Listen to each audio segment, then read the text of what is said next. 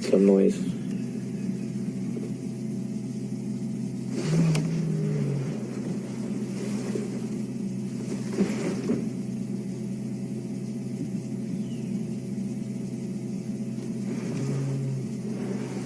One of them starting to vocalize behind us. Is it the boy? Yeah.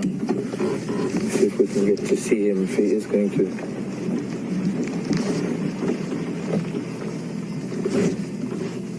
Come on, Jigger, use your gravity drive.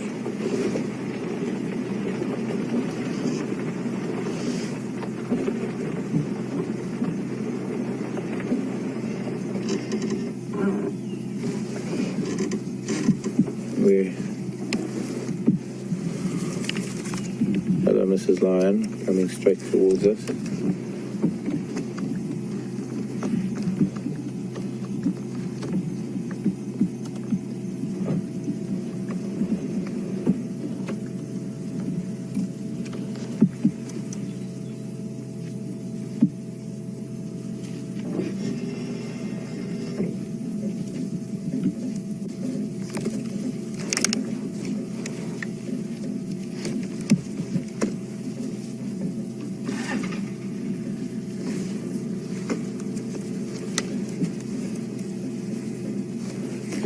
Morning, Maggie. Maggie tweeted a question wanting to know if the other vehicle would frighten off the Impala. No, Maggie. I think as you've seen, or if you spend some time with us on the drives, you'll notice that when we're driving around, the Impala tend not to take notice of us too much. I think sometimes, if under the circumstances, sitting with the Lion, if Impala were to come running by, similar to what happened earlier, and they saw us here, there's a chance that they might stop and look in our direction, and then by looking in our direction they might see the Lion, whereas maybe if the vehicles were not here, and that would be irrespective of which vehicle it is or whose vehicle it is, the fact that there is a vehicle might just draw their attention, and then they might see a black ear flicking or the tip of a tail, and that would give it away. But certainly not frighten them off, unless the vehicle drove straight towards them, and that just doesn't happen.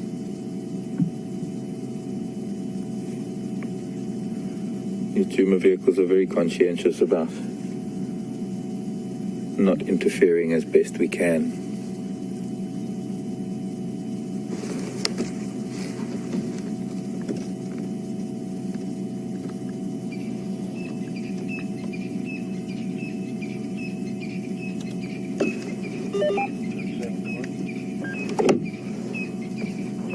Yeah, good.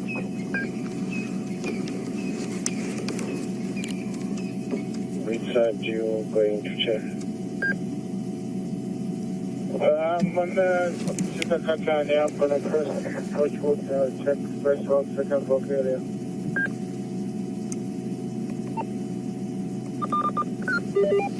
Morning, Misha, in Washington, wanting to know if there's a hierarchy amongst the females, and when hunting, who goes first, second, third, etc., and who doesn't go hunting at all. Yes, there is a hierarchy, Misha. There is a definite alpha female amongst a group who's normally the oldest of the females.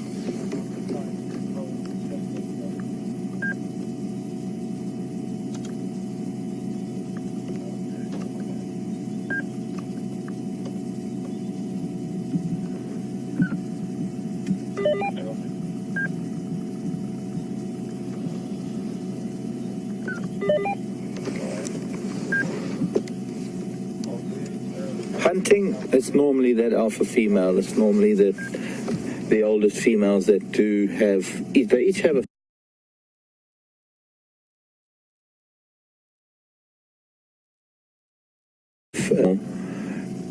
Normally, because it doesn't always happen that way. They can't always predict which way the animals are going to run, even though they might set up the hunt in a way that it should end somewhat predictably. I know in the past I've been able to look at how cats are setting up their hunt.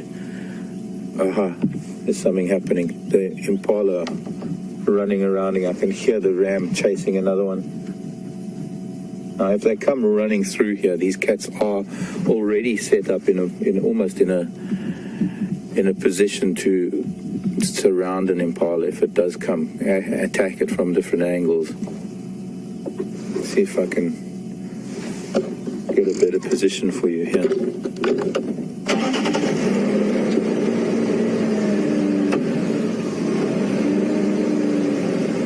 You can see how an opportunity appears to present itself. They hear the impala rutting, and they hear the running, and they hear the commotion, and they almost get ready. But then when they realize that it's not coming their way, there's no point in them heading over there, because they're likely to be seen if they were to approach too close. And with the impala running around and rutting, I guess they're keeping their distance. I don't think that they would actively go for impala other than at a time when there's likely to be this accidental bumping into them during the rutting.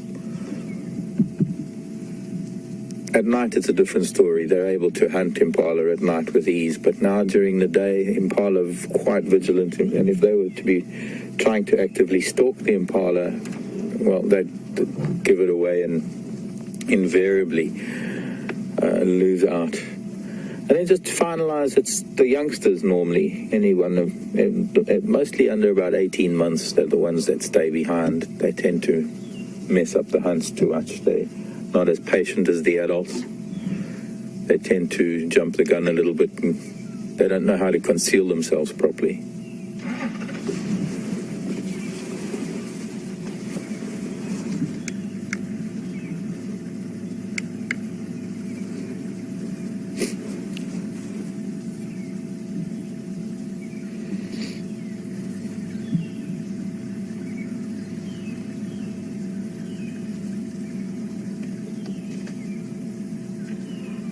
Morning, Virginia.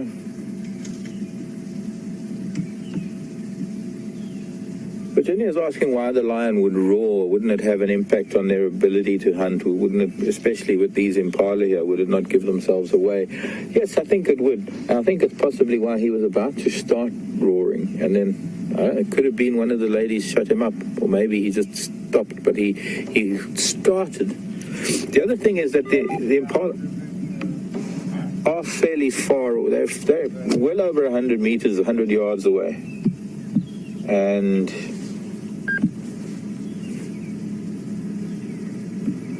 I don't think the impala could pinpoint their position that well, but yes, I think it would give them away. I don't think this is where they were roaring from this morning.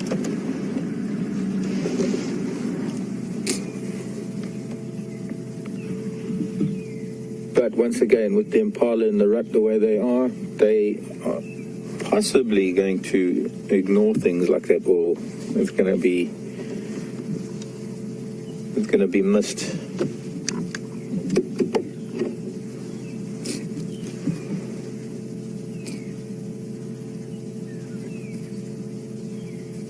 Interesting, Scott has something, so I think we're going to cross over to Scott, and I'll see you in a little while, a little bit later on in the morning. I'm going to stick around with these cats and see what they're going to be up to.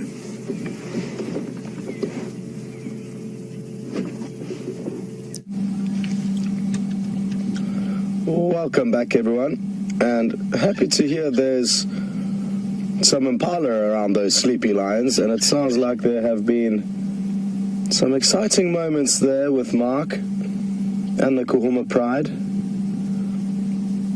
Vivian and I are enjoying this beautiful morning, and we've stumbled across a bird of prey which you can see silhouetted in the middle of this dead knobthorn acacia. I always find silhouettes of the birds of prey sitting in dead trees quite pretty, and especially when your subject has positioned itself as it has. It's also got a very distinctive crest, which will help in distinguishing which bird this is.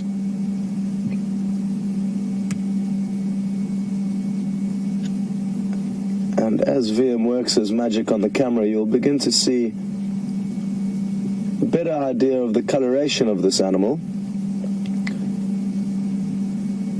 Now, because this is quite a interesting bird in terms of IDing, I'm going to open this one up to the floor, and we'd really like to hear your ideas as to which bird of prey you think this is. Like I said, the crest is quite a prominent feature that not many of the birds of prey have here. I'll give you another clue, and this bird is usually an intra-African migrant, which means it migrates within Africa.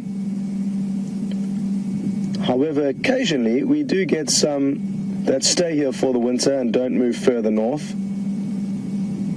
And I'm guessing that this is one of those individuals that's decided to stay for the winter, which is not uncommon, but the majority of these birds of prey will move off to warmer climates in Central Africa.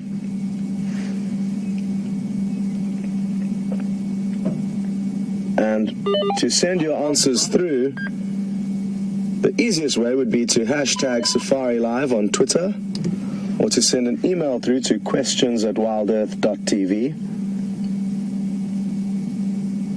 And for those of you who are joining for the first time, a very, very warm welcome. And it's important to understand that it's an interactive safari, and it's also live. Those two factors go hand in hand, and we can answer questions about things that we are seeing. So do try to send through questions about any of the animals we may be showing you, if there's anything you'd like to know about them.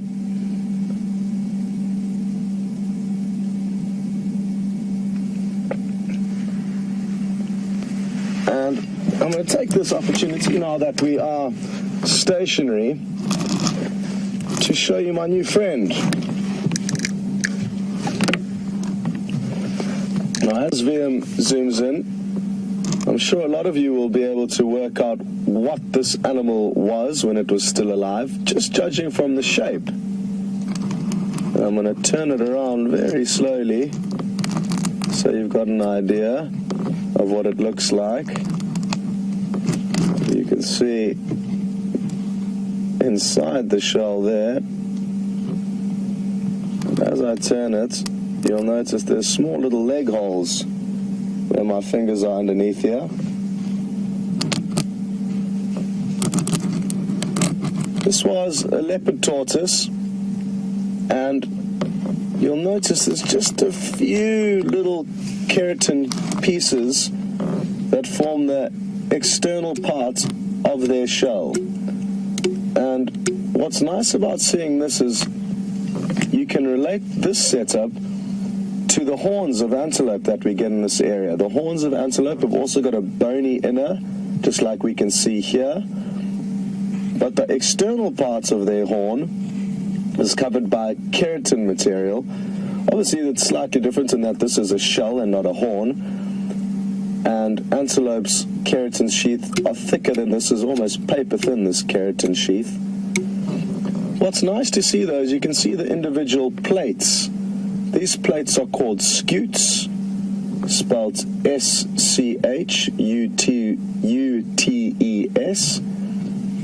And the upper part of the shell is called the carapace, which we can see here. The underside of the shell is called the plastron. Now, as I tilt the plastron to the side, you will notice that it's very, very flat, okay?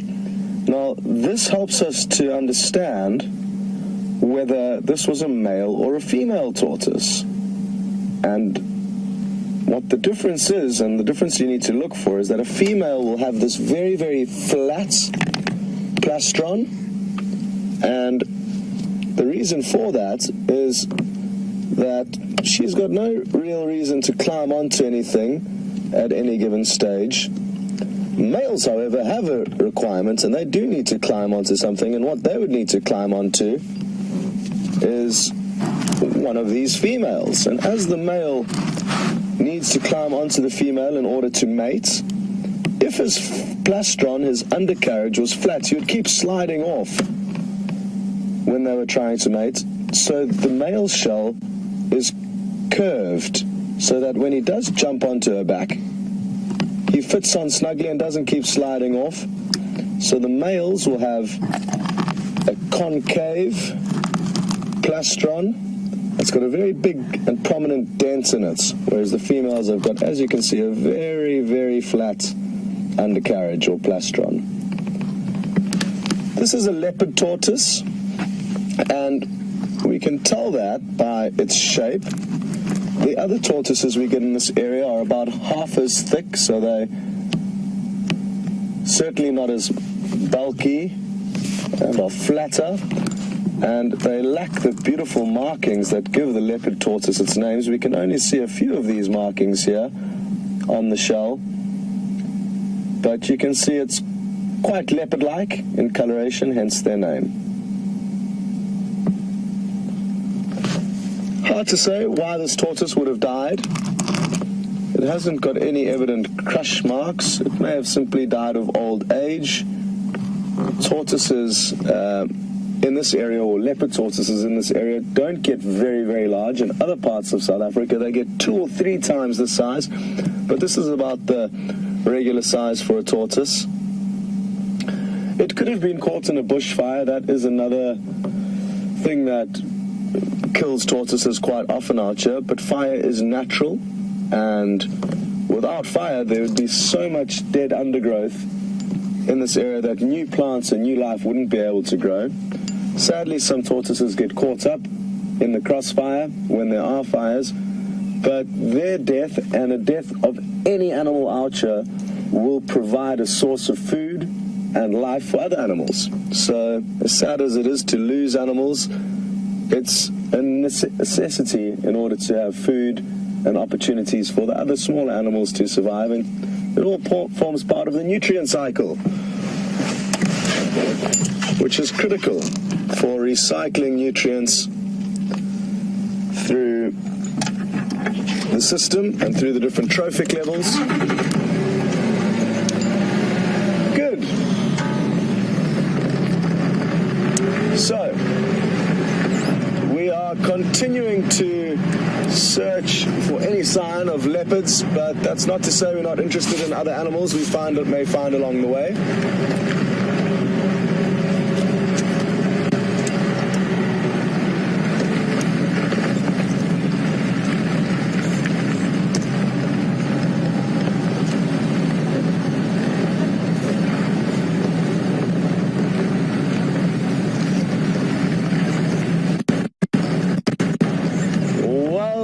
To Joanne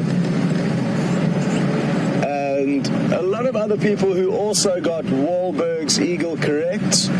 So you know who you are. Joanne was one of the first to send through that answer, so well done, Joanne. Other answers were the Martial Eagle and the Crowned Eagle, both very good guesses. The Crowned Eagle, if we had have seen, I probably would have been dancing on the hood of the vehicle because it's one of my favorite birds of prey, and they are very seldomly seen here. So simply the habitat that we found ourselves in here would not completely write off the chance of seeing a Crowned Eagle, but it would mean that it would be an uncommon sighting. Crowned Eagles are specially designed to live in thick forests and hunt in thick forests, which we don't have here. This is broadleafed woodland. We wouldn't call it a forest or a jungle, and that's where the Crowned Eagles typically like to live. And they've got very broad wings and deep wings that allow them to fly from the ground vertically straight up to the canopy and or down. They have got incredible power, and again, short wings which allow them to maneuver through the thick forests. I've only seen one in about 4.5 years here, and I think it was on its way from one forested area to another. Martial Eagle, also very good. Martial Eagle, also, sorry, the crown on a Crowned Eagle would be bigger. It can be difficult with birds that do have crowns, because depending on the wind and depending on whether they're displaying their crown, can alter the size of the crown. So let me actually just get a picture out in the book, and we will show you the differences.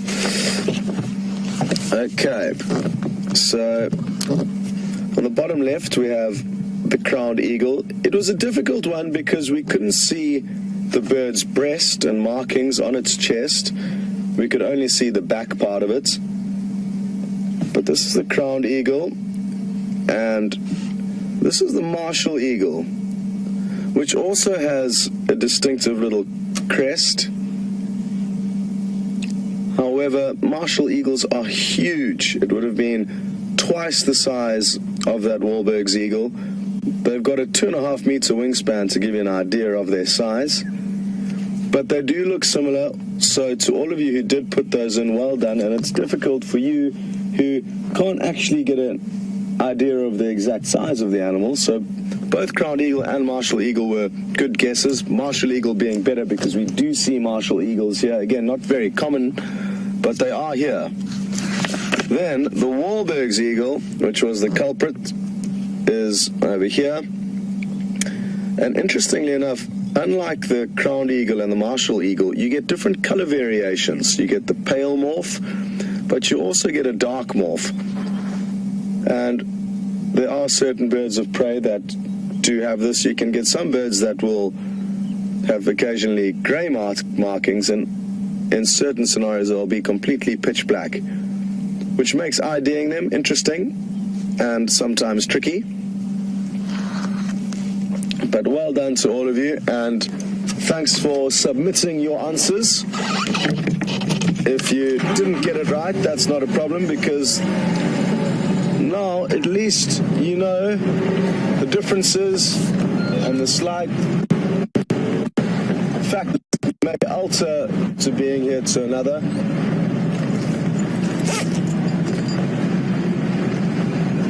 We are about to turn onto our southern boundary. We've been lurking in the southern part of the Djuma property in the hope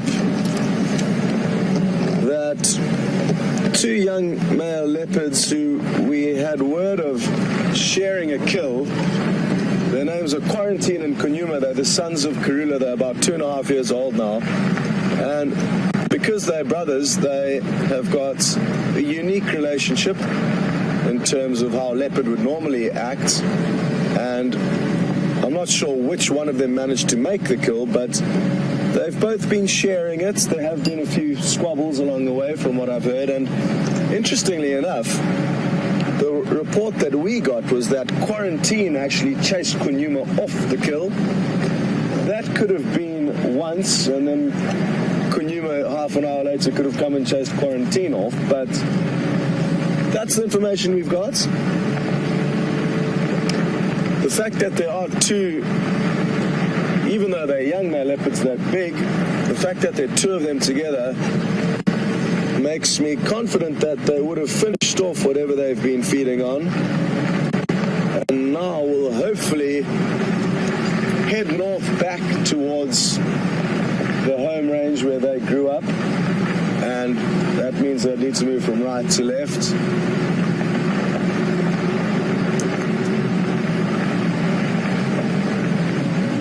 There's another vehicle, obviously with the same plan as me, coming towards us.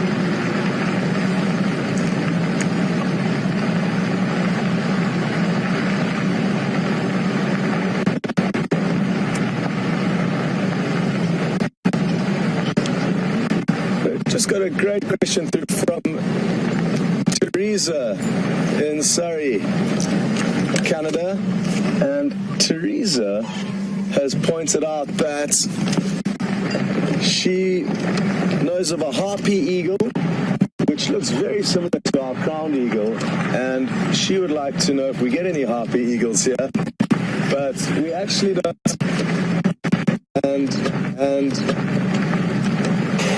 it is a very, very similar looking bird, though, to the crowned eagle, and actually lives in a very similar habitat, Teresa. You could almost call them cousins that live on different continents. I would love to see a Harpy Eagle. They are really, really hardcore predators that can catch, just like the crowned eagle, big prey like monkeys and small antelope. But I guess it's the American equivalent of the crowned eagle. I think it's even bigger than a crowned eagle. It's a massive bird, the Harpy Eagle.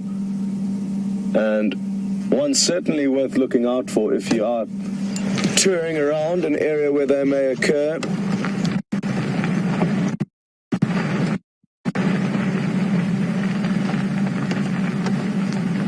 Well, folks, let's go and maybe see what's going on with those lions. Hopefully a few more signs of life, but there's only one way to find out. Over to Mark, and we will catch up with you a little bit later.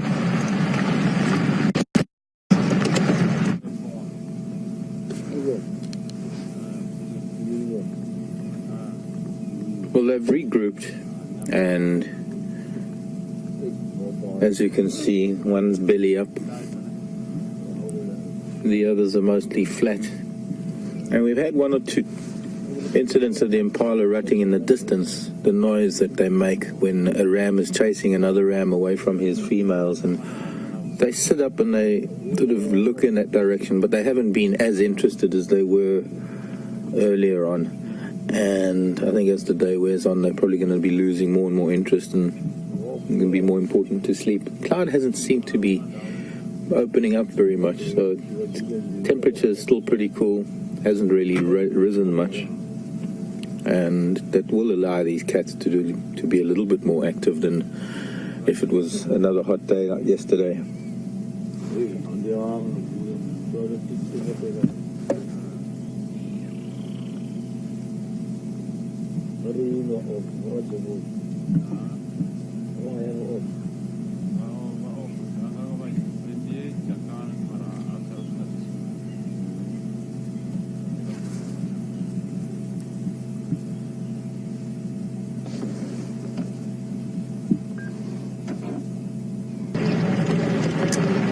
Welcome back, everyone. And I guess the lions were doing what lions do best, and that is sleeping. So, welcome back. You'll notice we're driving very, very slowly, and I'm dangling my head over to the side of the vehicle to check the road for any tracks. We did get a report of male leopard tracks heading north towards our Djuma property from our southern boundary. So possibly Kunyumo quarantine, the leopards we were hoping to find this morning. Not that we fussy, but we just had a bit of intelligence and we knew where they were. So there have been some tracks found. I'm not sure exactly where. The radios are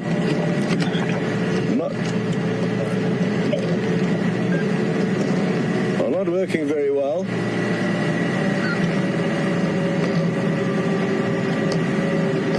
So apologies for that, and I'm just going to have to concentrate and chat to the guys on the Game Drive channel, because searching alone out here and not working as a team is not the best option. Oh, sorry, could you go again with that?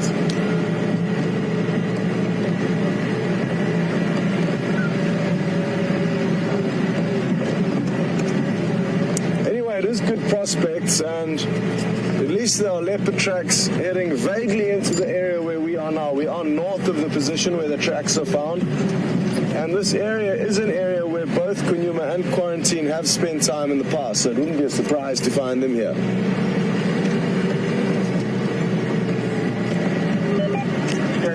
Stealing on the bell on Rebecca's Road.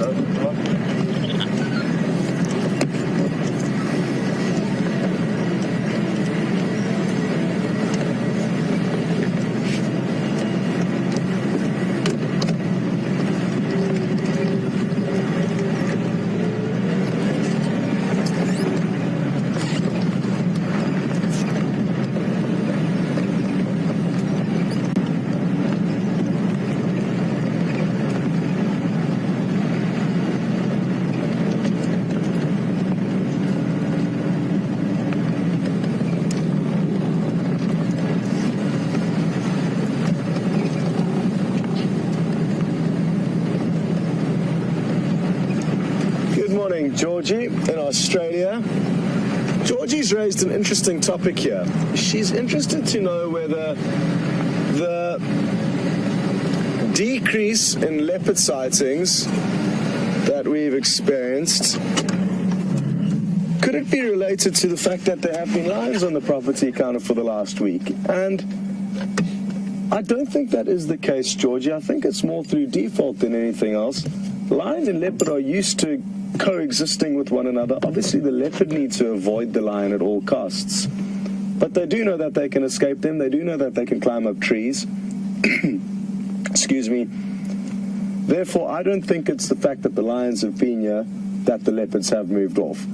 It's simply through default that they are moving. The two young males are beginning to slowly expand their horizons. It's not their territory, but it's a natural occurrence for them to slowly start moving out of their mother's territory where they are tolerated initially. They booted out of her presence, but they're allowed within her territory, and then slowly they expand and expand because eventually their father's going to chase them off, or their will to find their own territory will cause them to move off. So we're finding them further and further afield, which means we've got less leopards to basically find on our property. We've been really privileged over the last few months having the two young boys. They're basically two extra leopards that shouldn't really be here, but they are. It's a window period where they're allowed in their mother's territory while they're slowly growing up.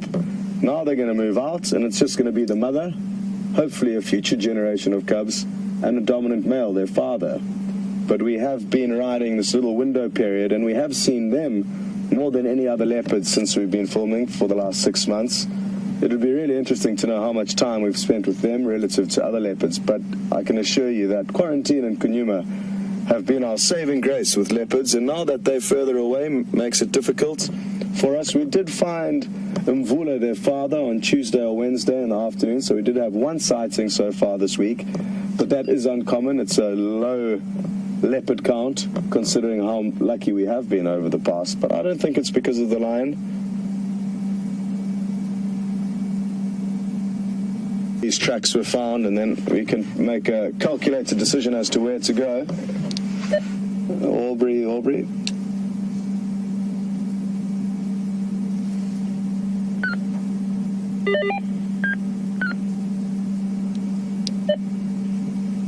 Aubrey, any updates from Texan? I'd just like to know where these tracks actually were.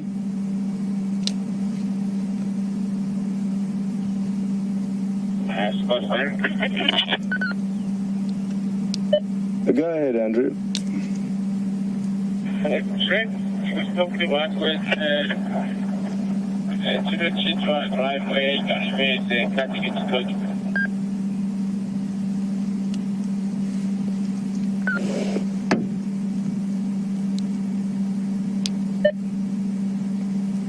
Can you go again with that, please? The track, the Texan mission was on Garryman, Chito New Driveway, but moving north into Chito.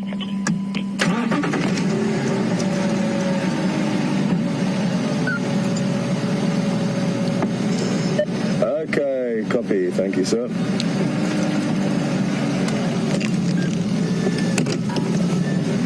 Well, there's good news and bad news with that radio call. The good news is we now know what's going on. The bad news is even though that leopard was heading north, which would have been good, it's quite a lot further east of where I was hoping it was, and it hasn't crossed north into our property, it's crossed north into the neighboring property. That's not to say it couldn't come here, but it means that we are not actively going to be able to go to those tracks and follow up.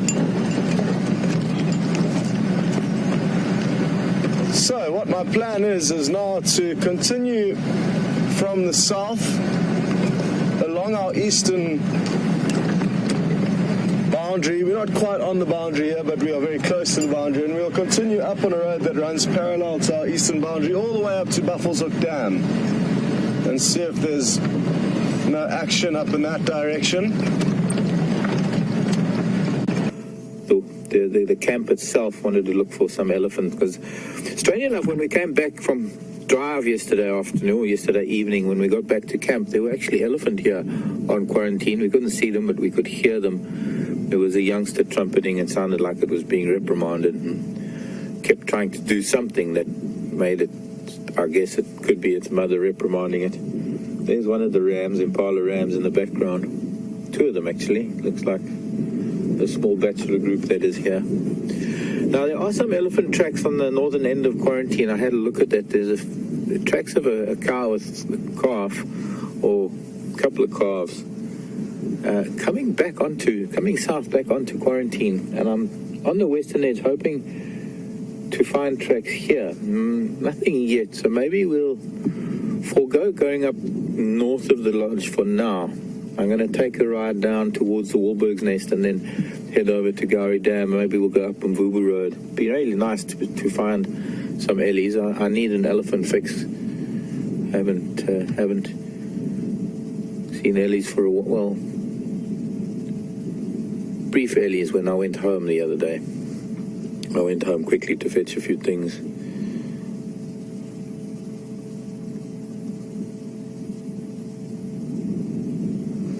So it's a bachelor morning.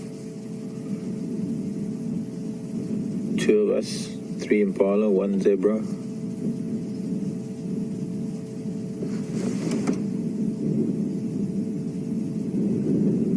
And I was hoping too that maybe sitting here with the zebra, we might hear something elephant-wise, like a branch breaking or ears flapping. But there's a little bit of a breeze that's picked up. Temperature's dropped a little bit. I'd say it's a bit colder than it was this morning. So it's probably dropped down to about 15 maybe degrees Celsius, touching on 60 degrees Fahrenheit. And not much to be heard above this very, very faint wind song coming through the trees.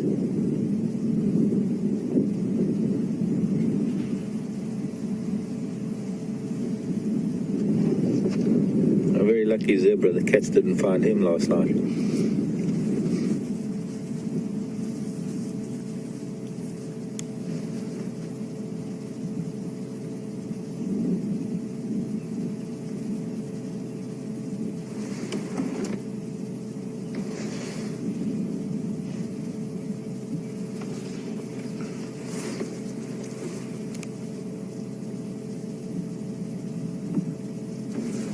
The yellow flowers just in front of the zebra, the flowers of the senna plant, the monkey pod. Oh, they're sparring. They're about to get going.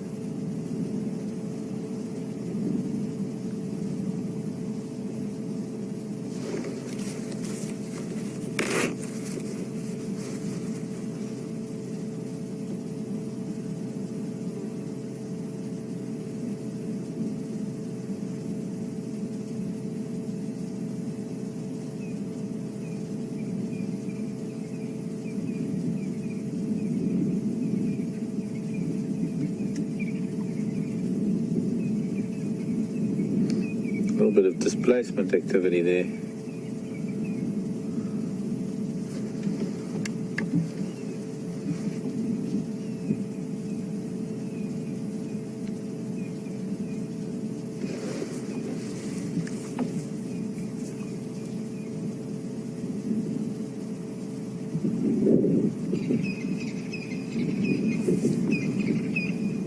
Mark in Seattle, good morning to you, or should I say good evening. Well, Seattle is probably early morning.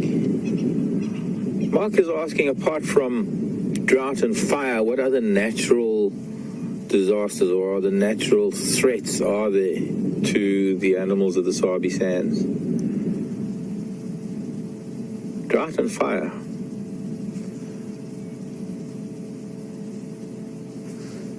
I'd say the others would be disease, Mark. Disease, something like anthrax.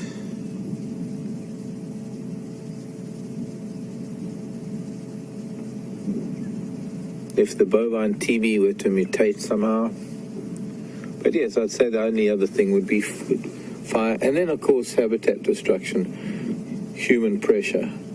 Fortunately, the Sabi Sand has been declared a private game reserve, so it's not likely that anything will happen to it in the future, but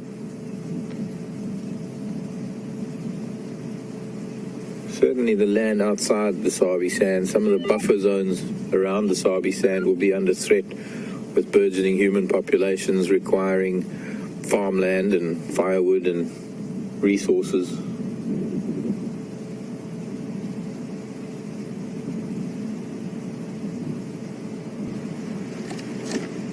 I think let's keep going. I want to see if I can find some more signs of these earlies. Person. Good question. That question came from Tara in South Africa.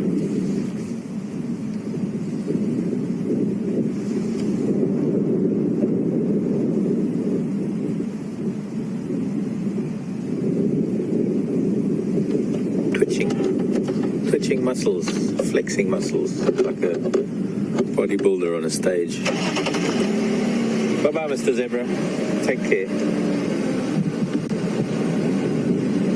Hope you find some mares.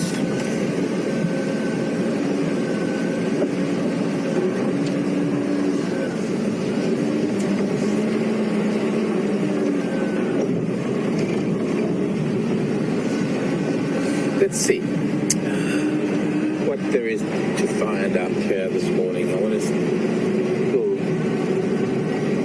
pull up on Leopard Tracks. The Lion are not too far from us. They're just up here on Rebecca's Road. We go through the dip on my right. I'd say it's about 100 yards, if that, to where the Lion are lying up.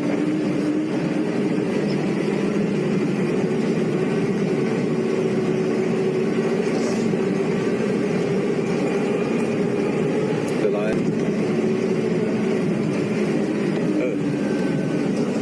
Oh, that's unusual. A little boy and a little girl Impala. Are you two being naughty? There's a big ram. I wonder why there's a young female here. Unless most of the herd is here and this is the ram from the herd, but then there wouldn't be this little boy. See, strange dynamics. Sometimes there are anomalies.